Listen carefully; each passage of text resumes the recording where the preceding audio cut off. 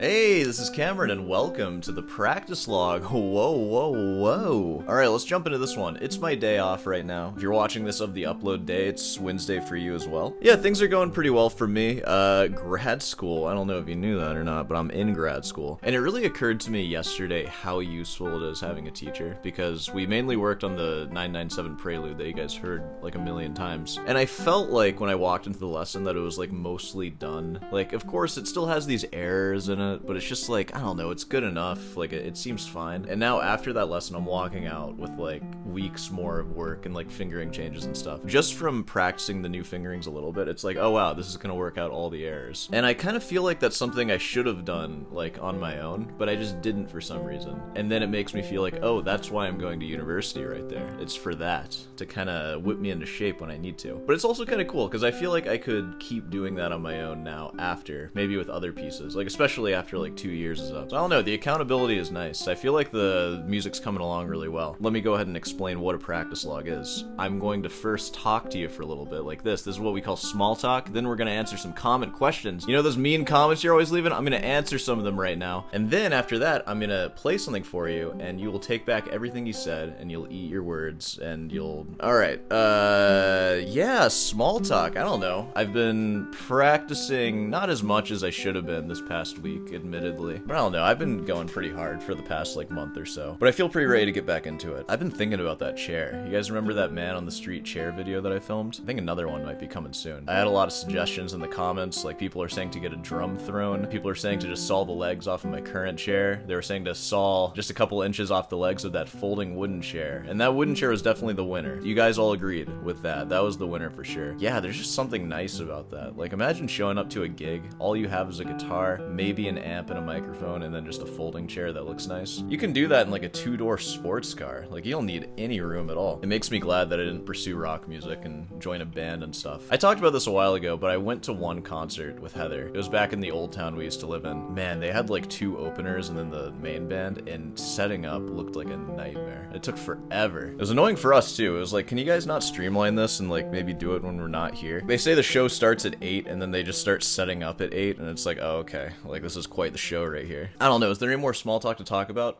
Actually, maybe one more thing. Man, I've been posting those YouTube shorts. It's been, like, reviving my channel. It's been so good. Like, let me actually see, that graph right there. Look at that.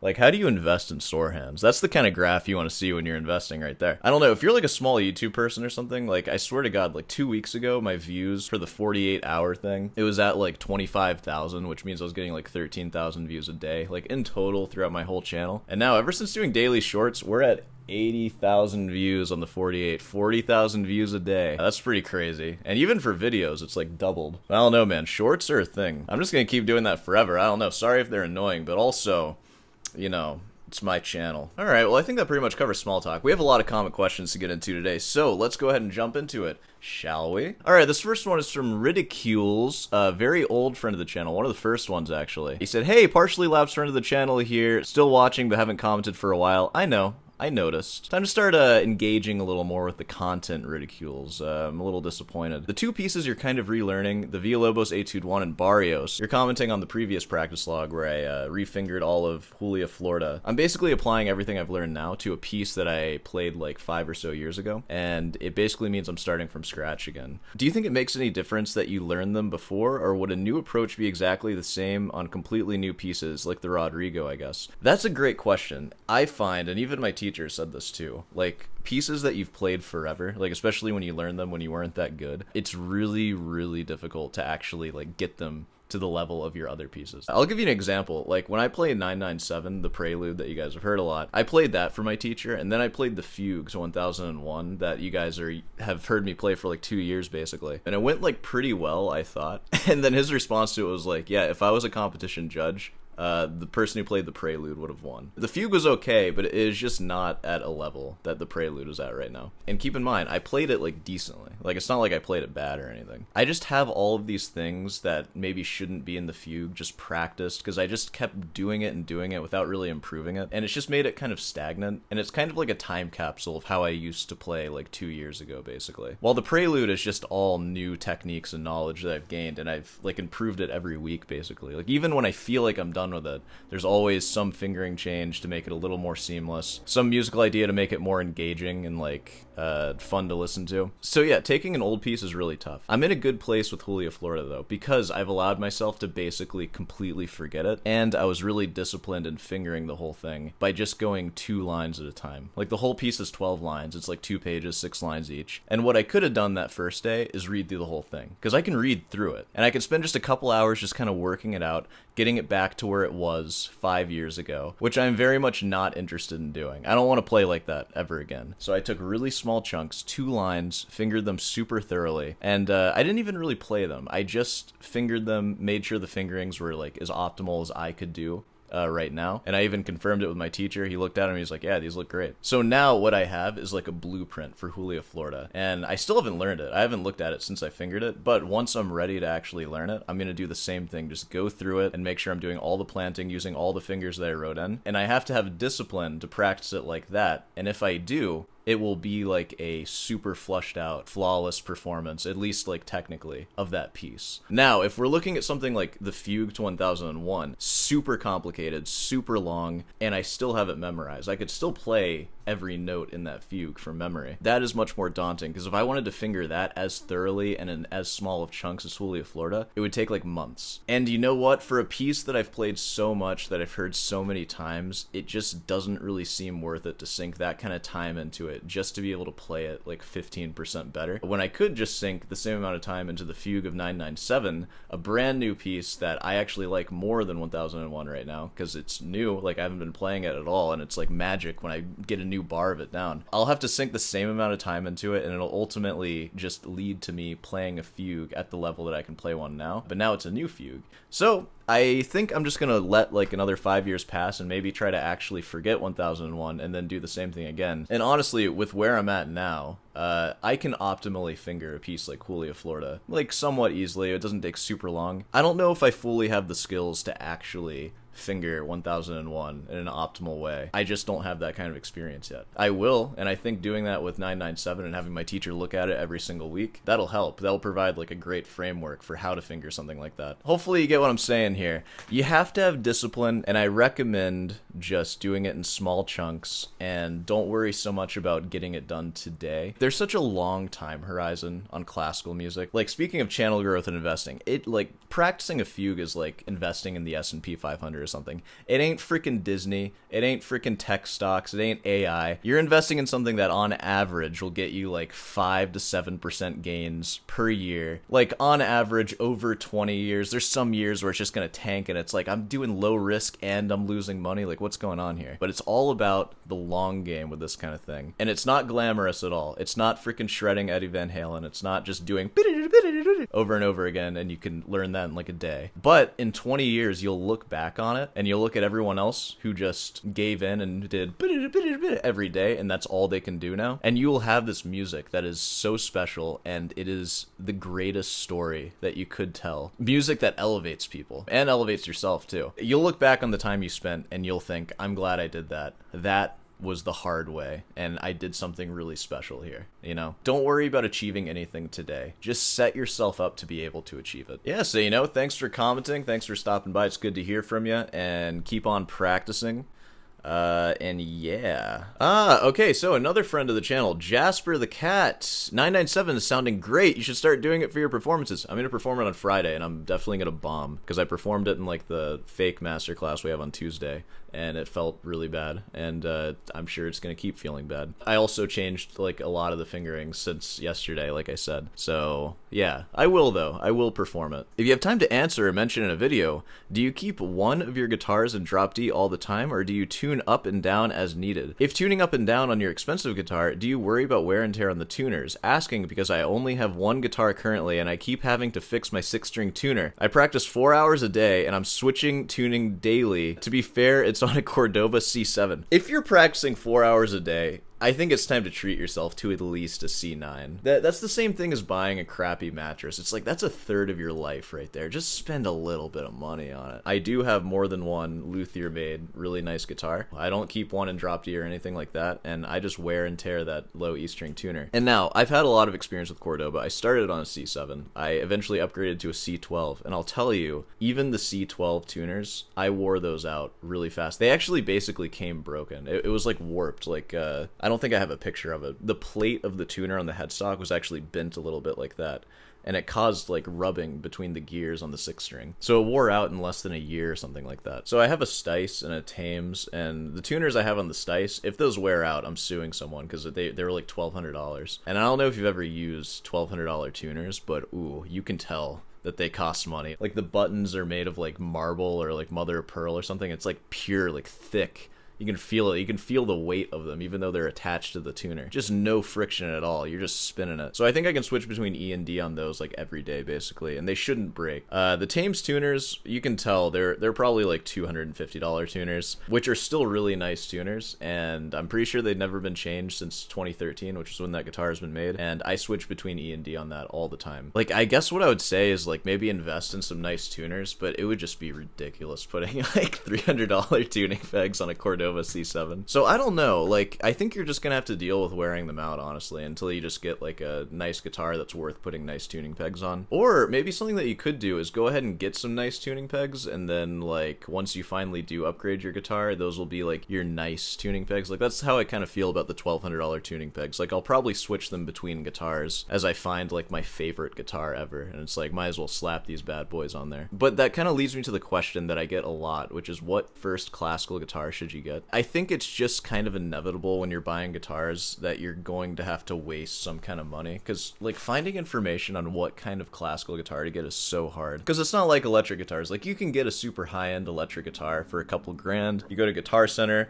you got to get somebody to get the ladder and they'll get it for you, and it feels like every other high-end electric guitar, and then you buy it and that's it. But I feel like for classical, like, your options are, first, going the cheap route, which is the C7, that's the Yamaha, and those guitars are honestly like fine, especially if you're not like performing or anything like that, you just want to play guitar. And though it's fine, it's not a fine experience, you know. The next step is upgrading to like a Cordoba C12 or the Yamaha, like whatever the $2,500 model is. But even those don't really feel like that much better, I find, and even don't sound that much better, and the tuning pegs are still cheap on them. So I think like for those models, if you can find them used, like especially if you can find one that was damaged that Cordoba had to like repair, and they'll stamp like a used thing behind the headstock to like show that it has been repaired and it's a broken guitar, you can usually find those for like $1,000 off, so like $1,200. That's worth it for sure. Not $2,200 though. That's not worth it. And then the next step is of course finding a local luthier, which you can find local ones and they'll sell you a guitar for like $3,000 or $4,000, but that's kind of a crapshoot sometimes. Like honestly, if you're gonna do that, maybe buy one that they already have made so you can try it and make sure you actually like it. And you can find a luthier that's like international and maybe super high in demand, but they're gonna sell their guitars between like $7,000 and maybe $12,000, which now we're spending some cash, right? Like those tuning pegs should last forever, but again, it's super expensive. Finally, your last option is just going to a classical guitar vendor and then trying out a bunch of them, but those are going to cost like the same amount, basically like between $7,000 and $12,000. So with your situation, here's what you could do. You could either spend $300 on really nice tuning pegs and just put them on your Cordoba C7 and just have some sick pegs on your Cordoba, or alternatively, you could just spend that money on a second used Cordoba C7 and then just keep that one in drop D. Both options are a little silly, but that's something that you could do. But honestly, if guitar is so important to you that you're practicing for 4 hours a day, it's time to just bite the bullet and just get a nice guitar. And like I said, the next cheapest option that's going to be pretty good is probably just getting a used high-end factory guitar. But I wouldn't spend more than like $1,300 to $1,500 on that. Honestly, at $1,500 I wouldn't, because you're going to spend like $1,300 and then you're probably going to have to replace the tuning pegs. And I would say that it's worth getting some $200, $300 tuning pegs on a guitar like that. And then that's fine. You can play that guitar for the rest of your life. To answer your question, I just tune between E and D. And I haven't had an issue on the nice guitars, but I've had an issue on every other guitar I've ever had. So that is that one. Hopefully that was something for you. All right, I think that covers the comment questions for today. A lot of old friends of the channel there. So yeah, guys, thanks for all that. So let's go ahead and get to the playing, and then we're going to end this thing I'll see you there. So, I'm gonna play an oldie, but a goodie. Lobe de Trinan, because I feel like that's one piece that I haven't changed anything on, so I can probably play it alright. We'll see. I'm gonna play through it and see where the errors are and stuff, or if there's anything that's kind of ill-considered, or something like that, and this will just be a good test. But all in all, I hope you enjoy this performance of Schubert's Lobe de Trinan, arranged for guitar by Mertz. Like every other freaking piece you play, it's all a transcription, right? Classical guitar is like the a cappella of instrumental music. Alright, well, I'll see you on the other side.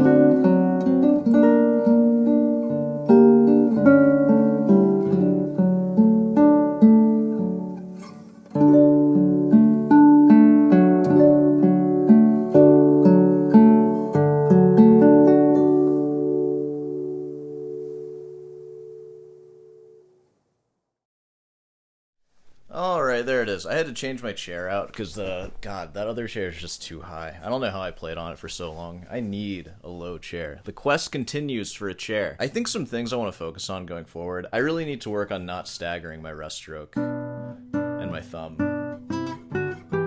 So that was a practice log. Pretty fun, right? Let's go ahead and wrap this one up here. Hey, if you made it this far, be sure to subscribe and leave a like. Of course, there's merch. Some of it's displayed there. Look at that. There we go. Feel free to leave more comment questions and I'll answer them. And of course, the next video will be a hyper-stimulating, sensational reaction video. I know you guys like those. But hopefully I made you think about your practice here today. I'm certainly thinking about mine a lot, you know? I do a lot to get better at guitar. You're seeing it. Oh, I saw a comment recently from somebody. Let me actually, this is an honorary comment question here, because this is epic. Here we go. This is a comment from Sinshai Damsv, friend of the channel. He said, this guy literally inspired me to apply to the best music school in the world aside from Juilliard to go for my master's in jazz next fall. Everyone sub to this dude. Come on, he's the man. And I don't know if any of that's true or not, but if you don't get into the greatest school, still just go to school. It'll be fine. I feel like you kind of just pay for a name after a certain point. Just be sure to practice a lot. So, you know, that's cool. Pursue higher education. Get some merch at Rutan's Delight, 15% off for October. Check out my other videos, check out the shorts maybe, and yeah. Alright, well, I'll see you in the next one.